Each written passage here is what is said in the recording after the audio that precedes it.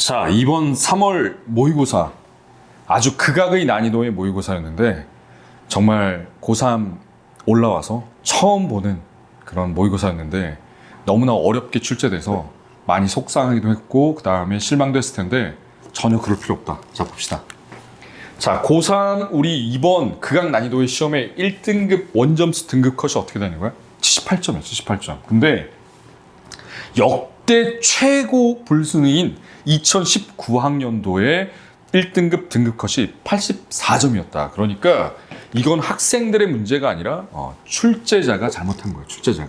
출제자가 이번에 선생님이 찾아낸 오류만 하더라도 명백한 오류가 3군데나 나왔어.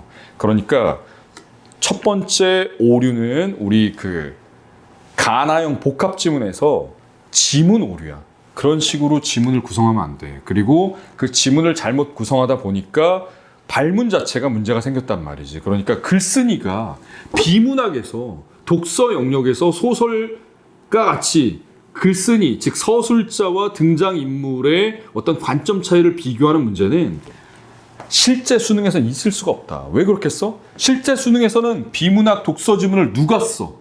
출제자가 쓴단 말이야. 하나하나 다 쓴다고. 그러니까 나의 관점, 글쓴이, 출제자의 관점과 여기 등장하는 인물의 관점을 비교하는 문제는 등장할 수조차 없는 거야. 그러니까 수능의 출제 경향성과는 완전히 다른 문제였고 우리가 문제를 읽다 보면은 번역체의 문제, 즉 자기 스스로 쓰지 않고 어떤 원전을 가지고 편집해서 문제를 구성하다 보니까 번역체의 문장을 구성하다 보니까 이걸 제대로 해석하기가 쉽지 않았단 말이지. 그래서 우리가 그 문제는 좀 문제가 많았던 문제라고 생각이 들고, 그리고 시 문제 같은 경우에는 사실적 독해가 이제 많이 중요한 시점이 됐지, 이게 소성이 많이 걸리다 보니까 이 출제자가 시 문제를 출제할 때도 지금 우리 교육적 문제와는 달리 시적 상황을 명확하게 이해해서 그 상황에 맞게끔 시어를 해석하고, 그리고 복이라는 관점이 주어지기 때문에 누구나가 다 공감할 수 있는 감상 능력을 테스트하는데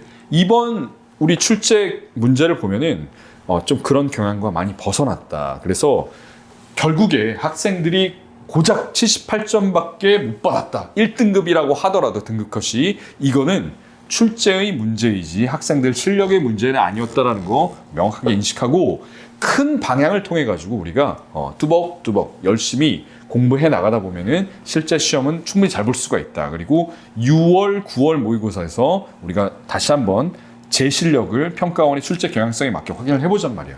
자, 그래서 이때 이 만유 인력이 출제됐을 때 이 문제의 난이도가 오답률이 81.7%였는데 요번에 시 문제가 현대 시 문제임에도 불구하고 83.1%였단 말이야.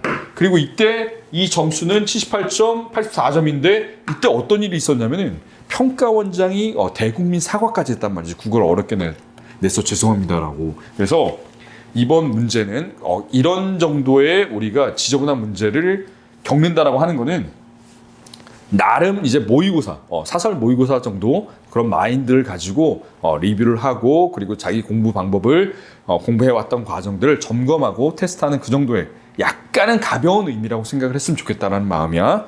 자, 그래서 이 33번 문제 선생님이 간단하게 해설해 줄게. 자, 봅시다. 자, 이건 사실은 근데 우리가 꼭 틀려야만 하는 그런 문제는 아니었던 거야. 이 문제를 틀렸다라면 약간은 반성할 여지가 있긴 하거든. 자, 보면 자, C에서 이게 정답이 5번이었잖아. 그렇지? 화자가 자신의 목적지를 끝내 닿을 수 없는 곳이라고 인식을 한다고 했는데, 자, 끝내 닿을 수 없는 곳이 사실은 어디였던 거야? 이 항구 몇 개 자체였던 거야. 그러니까 항구 몇 개를 지금 관형사절을 통해 가지고 이게 속성을 드러내잖아. 그렇지? 자, 끝내 닿을 수 있는 항구 몇 개란 말이지. 그러면 끝내 닿을 수 없는 항구 몇 개에서 화자는 자신의 목적지를 끝내 나갈 수 없는 곳이라고 인식한다고 하니까 이 말 자체가 형용모순이란 말이야. 그래서 우리가 지시어를 정확하게 찾아 읽고 그리고 그 지시어를 맥락 속에서 어떤 말이 수식을 하고 있다라면은 그것을 정확하게 확인할 수 있는 능력만 갖췄다면은 이 오답률이 이렇게 83.1%까지는 나오지 않았을 것 같아. 자, 수능의 본질은 선생님이 늘 얘기하지만 뭐다? 개념을 정확하게 해석하고 그 해석한 개념을 적용하거나 응용하는 것이다. 왜 그렇겠어? 우리가 대학교에 진학을 해가지고 낯선 전공 테스트를 스스로 학습할 수 있는 능력을 물어보는 거니까 우리 내신과는 달리 수능의 본질은 어디에 있다는 걸 명심해야 돼. 바로 개념을 해석하고 적용하는 거야. 자, 선생님은 우리 그 학생들이 문제풀이 순서에 대해서 관심이 많다는 걸 아는데 사실은 그래. 문제풀이 순서가 중요한 게 아니라 실력을 키우는 것이 중요하겠지, 그렇지? 자, 실력이 물론 동일하더라도 문제풀이의 순서를 어떻게 잘 조율하느냐에 따라 가지고 점수가 달라질 수도 있겠지만 우리가 지금 현재 3월 모의고사를 본 이 시점에서는 문제풀이 순서에 너무 집착하기보다는 실력을 키워나가는 거에 좀 더 포인트를 맞췄으면 좋겠어. 자, 독서 영역에서 일반적으로 독서로는 어렵게 출제가 되지 않는데 이번 독서로는 나름 복병이었다. 실제 우리 그 지금까지의 역대 출제 경향을 보면은 수능의 경우에 독서론에서는 배려의 차원에서 어떻게 보면 워밍업을 하는 그런 의미에서 독서론에서 크게 어렵게 출제되지 않았단 말이야. 하지만은 그 2025학년도, 그러니까 올해 그 바로 우리 위에 선배들이 봤던 그 문제에서부터 약간 독서론의 난이도가 높아지는 경향이 있기는 해. 그런데 독서론의 문제를 풀 때도 사실 우리가 독서 비문학을 얼마나 잘 공부해 왔느냐에 따라 가지고 거기에서 쓰이는 어떤 기법들을 출제 요소들을 명확하게 파악하고 있었다라고 한다면은 크게 또 어려운 건 없단 말이지. 그래서 독서를 너무 가볍게만 생각하지 않으면 우리가 풀 수 있는 그런 수준이다. 하지만은 너무 쉽게 생각했다면은 이게 나름 복병으로 작용했던 그런 여지가 있었다는 얘기야. 자, 그래서 그 중에 특히 선생님이 짚어보고 싶은 건 이런 정도야. 우리가 유사 발음의 혼동을 좀 주의해야 돼. 유사 발음의 혼동. 이런 게 어떤 부분에서 이게 문제가 됐었냐면은 내재적인 것과 외재적인 것이 있었지, 그치? 자, 근데 이 외재적인 것 안에 내적인 것과 외적인 것이 있었단 말이야. 발음이 유사하지, 그치? 하지만 맥락 속에서 전혀 다른 의미를 차지하고 있고 내적인 것은 외재적인 것에 속했단 말이지. 이런 것들을 놓치면 안 돼. 출제자가 선호하는 고난도 출제 장치는 선생님 늘 얘기하는 것 중에 하나가 뭐였어?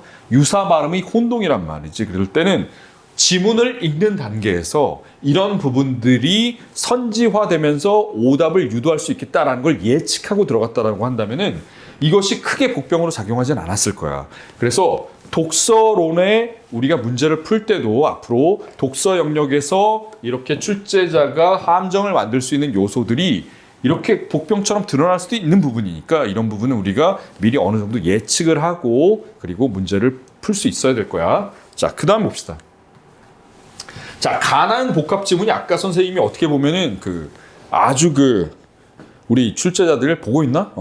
이런 문제 내면 안 돼, 앞으로 교육청에서. 자, 너무나 그냥 원전을 복붙하고 그 다음에 어떻게 보면 편집해서 출제하다 보니까 평가원이 출제하는 어떤 6월, 9월 모의고사나 실제 수능에서는 출제할 수 없는 그런 형태의 문제 구성이 이루어진 거야.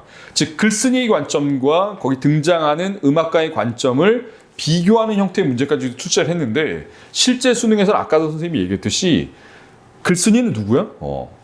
평가원의 출제자란 말이지. 그러니까 평가원의 출제자가 자기 자신의 관점과 글쓴이에 등장하는 관점을 비교하는 형태의 문제는 구성할 수 없을 거잖아, 그렇지? 말이 안 되잖아. 그러니까 이 문제는 우리가 그냥 연습 삼아 풀어봤다고 생각하고 또 심지어는 번역체의 문장이 등장을 하다 보니까 좀 난독증을 유발하기도 했어. 그래서 선생님이 실제 이걸 해설할 때는 그럼에도 불구하고 우리가 얻어갈 부분이 있어. 왜냐하면 아무리 출제자가 개떡같이 문장을 서술했다라고 하더라도 우리가 찰떡같이 이해할 수 있는 능력이 있다라고 한다면은 정제된 문장으로 구성된 지문은 더 잘 해석하고 이해할 수 있겠지, 그치? 그래서 좀 약간은 이런 지저분한 문장도 우리가 공부 과정에서는 좀 필요하긴 해. 하지만은 여기에 너무 우리가 얽매여가지고 이거 틀렸다고 이렇게 좌절할 문제는 아니었다는 얘기야. 자, 그 다음에 우리가 사회 영역에서는 우리가 경제학도 아니고 법학도 아니고 이 경영학 분야가 출제가 됐는데 굉장히 무난하고 쉽게 출제가 됐단 말이지. 하지만 의외로 말이야 12번 문항이 오답률이 79.4%나 됐어. 이게 왜 그랬을까를 보면은 보기형 문제를 우리가 이번 2025학년도 최고 오답률 개화 문제에서 챗 GPT도 틀렸던 문제, 학생들이 오답률이 거의 80%에 이르렀던 문제가 사실은 보기형 문제였단 말이지. 보기형 문제를 아주 어떻게 보면 무난하고 쉽게 출제했는데도 불구하고 학생들이 많이 틀렸어. 그래서 선생님이 꼭 얘기해 주고 싶은 건 뭐냐면은 보기형 문제를 풀 때는 그 보기가 지문과는 응용된 형태로 출제될 가능성이 높아. 그대로 지문에 있던 내용을 그대로 받아들이는 사례가 구성되는 것이 아니라 이 사례는 변형 또는 응용되는 사례가 구성된단 말이지. 그러면 이 변형되고 응용된 사례가 지문의 어떤 내용과 매칭될 수 있는지를 정확하게 파악을 해야 된다는 거야. 이번 같은 경우에도 그 본문에 지문에 임직원이라는 게 등장을 했고 선지에 임원이라는 게 등장을 했는데 임원과 임직원을 놓쳤다라고 한다면은 엉뚱한 데서 우리가 답을 놓칠 수가 있었단 말이지. 그래서 선생님이 분명히 이번 시험을 통해서 얻어가야 할 중요한 대목은 뭐다? 보기가 응용되고 변형된 사례로 주어졌을 때 그 변형된 그 보기 사례를 지문의 내용과 정확하게 매칭, 포섭할 수 있느냐의 능력을 우리가 키워나가야겠다. 자, 그 부분을 반드시 체크해 놔서 이번 다음번 시험에서는 이런 부분을 놓치면 안 될 거야. 자, 그 다음에 자, 그래서 자, 국어에서 가장 중요한 것이 뭐다? 자, 선생님이 강조하는 것은 뭐냐면은 지문을 위에서 아래로 쭉 읽어나가는 이 형태 있지. 이거는 하수들이 하는 거야. 고수는 뭐다? 지문을 입체적으로 읽는다. 즉, 이 부분과 이 부분이 밀접한 관련성을 맺고 있다라고 한다면은 때로는 역주행해서 전체적으로 유기적인 맥락을 이해할 수 있는 정도의 능력을 갖춰야겠다. 그래서 우리가 국어라고 하는 것은 단순한 독해력을 의미하는 것이 아니라 연결력, 연계력도 국어 능력 중에 아주 중요한 포인트가 된다는 거. 자, 그래야만 1등급이 가능하다는 거. 종으로 횡으로 지문을 연계해서 해석하고 추론할 수 있어야 된다는 점을 다시 한번 강조하고 넘어갈게. 자, 그 다음에 그 14번에 17번에 그 과학 문제 같은 경우에는 사실은 좀 정보가 밀집돼 있고 그리고 좀 복잡하다 보니까 학생들이 이거를 좀 어렵게 받아들였나 봐. 그래서 평균적인 오답률이 60%가 넘어. 이번 세트에서. 그런데 사실은 이 정도 있잖아. 풀어낼 수 있어야 돼. 자, 그러면 선생님, 저 이번에 굉장히 그 과학 질문이 어려웠는데요?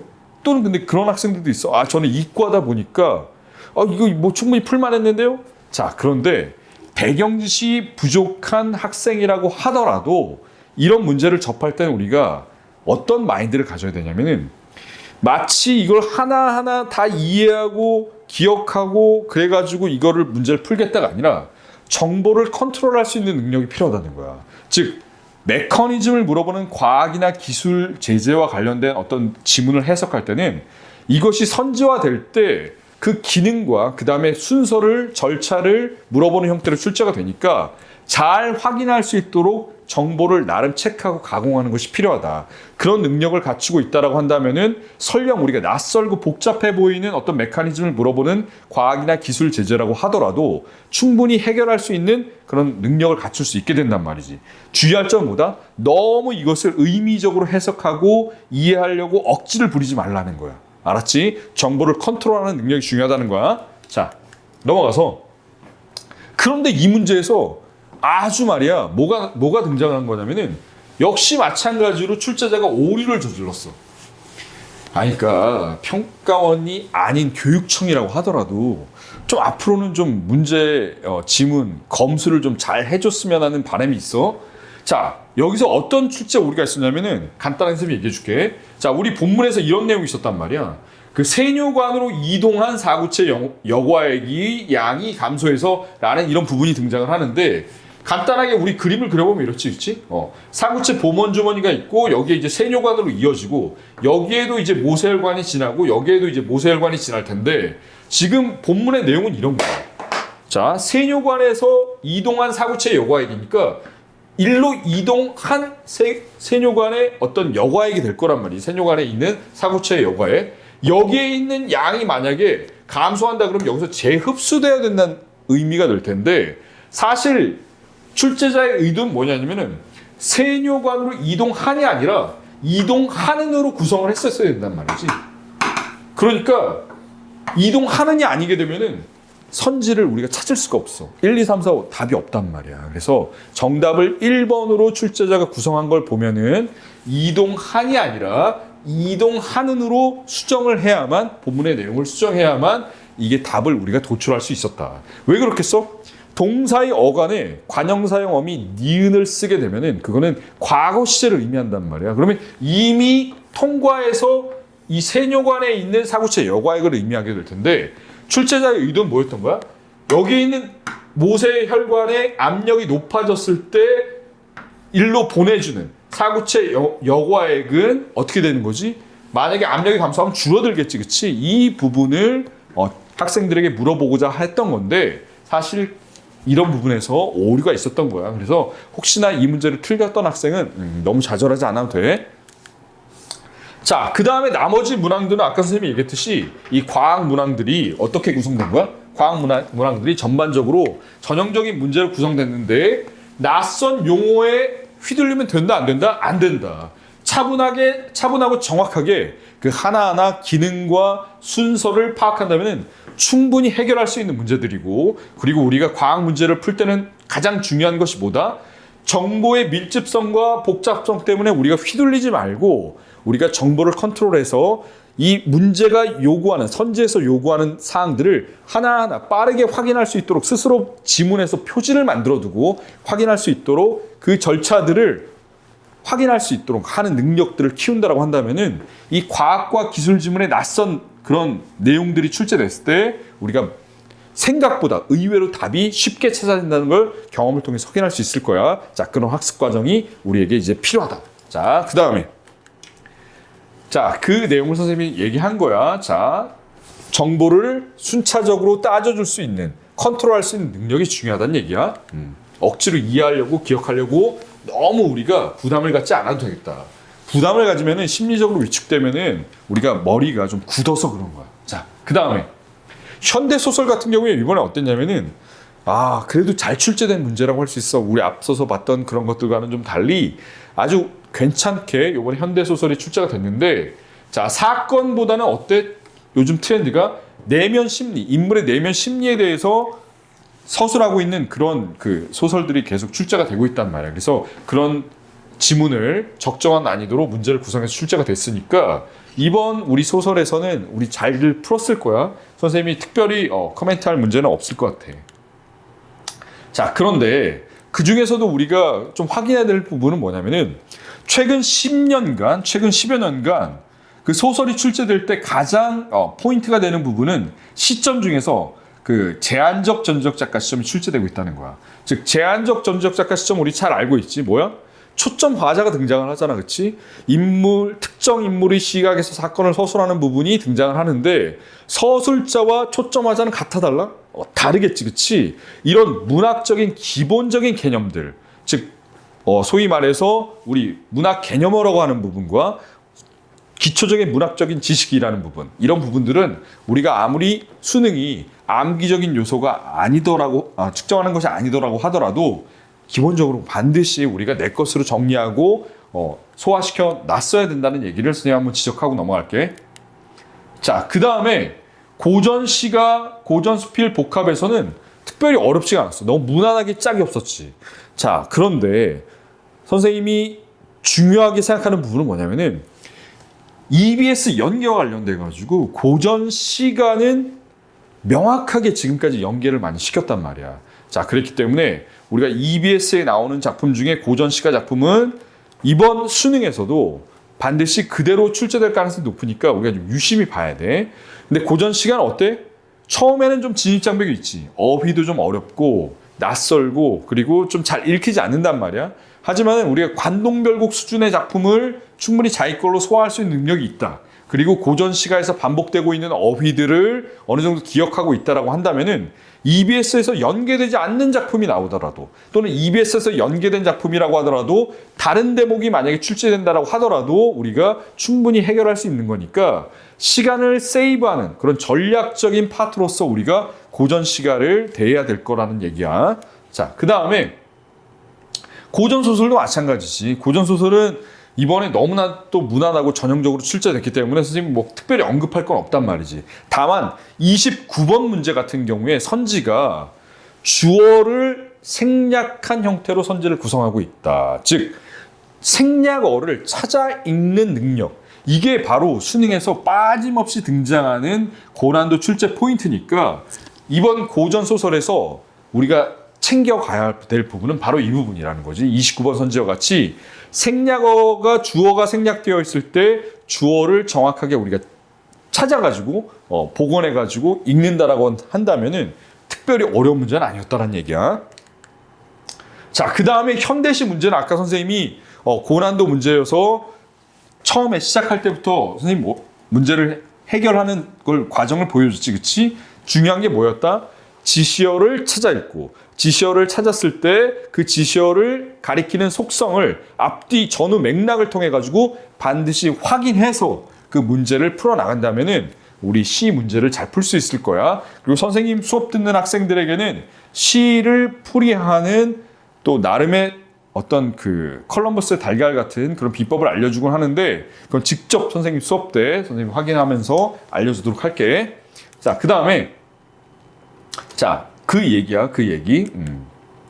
자, 화작도 역시 마찬가지로 너무 무난해가지고 선생님이 뭐 총평할 게 없을 정도야. 하지만은 화작과 우리 언매가 난이도가 굉장히 좁혀 들어가고 있어. 언매의 난이도가 높았고 화작의 난이도가 낮았는데 실제 수능에서 지금 이 난이도의 어떤 그 갭이라고 하는 것이 계속 좁혀 들어가고 있거든. 그러니까 화작도 우리가 만만하게 봐서는 안 된다는 거야.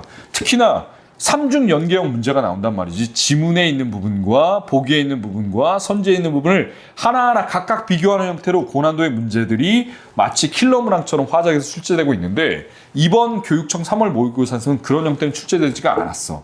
하지만 선생님이 언매를 선택한 학생들이라고 하더라도 화작을 풀어볼 것을 강제하고 있는데 이유는 뭐냐면은 사실적 독해 능력을 향상하는데 화작이 굉장히 도움이 되는 도구적 성격을 갖고 있기 때문이야. 그래서 우리가 화작이라고 할 때 언매를 선택한 학생도 우리가 한 6월 모의고사 이전까지는 이 화작 문제를 꼭 병행해서 풀어줄 걸 원해. 왜 그러냐면은 매체라고 하는 영역이 의외로 있잖아. 잘 다루지 않다 보니까 학생들이 오히려 언매에서 언어 부분, 문법 파트는 잘 맞춘 학생들이 매체 부분에서 오히려 틀리는 경우들이 발생한단 말이야.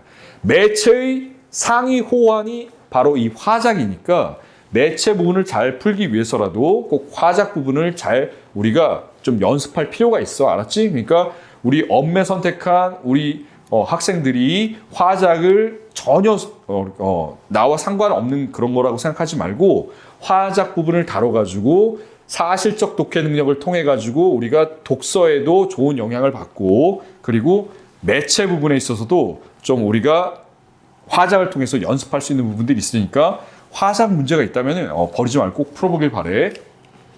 자, 그 다음에 자, 그 얘기를 한 거야. 자, 화작을 반드시 공부할 것을 강제한다. 왜냐하면 언매를 선택한 학생들이라고 하더라도 화작이 매체의 상위 호환 버전이다 보니까 매체 파트의 문제 해결 능력을 향상하는 데도 큰 도움이 되고 이 사실적 독해 능력을 향상할 수 있는 중요한 도구적 성격을 화작 파트가 갖고 있다는 거 몰랐던 학생들이라면 꼭 챙겨주길 바래. 자, 그 다음에 언매 역시 무난하게 출제됐다. 자, 언매 역시 무난하게 출제됐는데 자, 언매와 관련해서 선생님이 꼭 언급하고 싶은 부분은 뭐냐면은 자, 우리 그 35번과 36번 문제는 항상 독서형 형태의 지문으로 언매 문제를 구성하게 되는데 그 내용이 굉장히 낯설게 구성이 된단 말이지.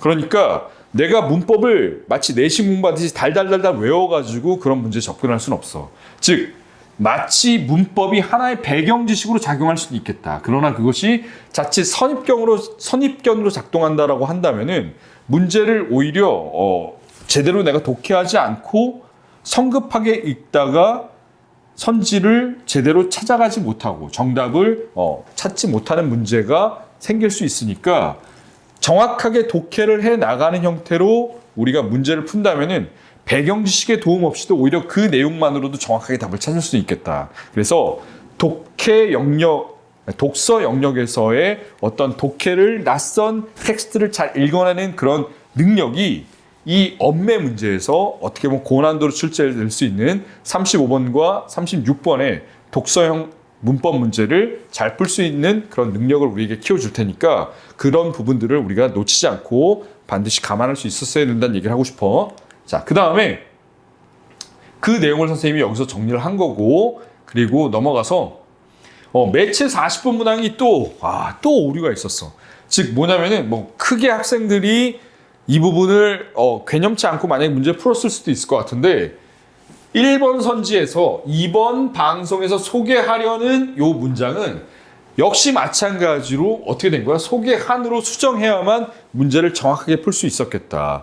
도입부에서 지금 이번 방송에서 소개하려는 이 목적을 이야기한 것이 아니라 자, 이번 방송에서 소개한 이 부분은 마지막 부분에서 언급을 한단 말이지. 그러니까 역시 마찬가지로 약간 출제 미스가 있었다고 우리가 보면 돼. 자, 학생들에게 얘기해주고 싶은 건 뭐냐면 우리가 실제 수능에서도 출제자가 약간의 그 논리 비약이나 미세 오류가 있을 수 있어.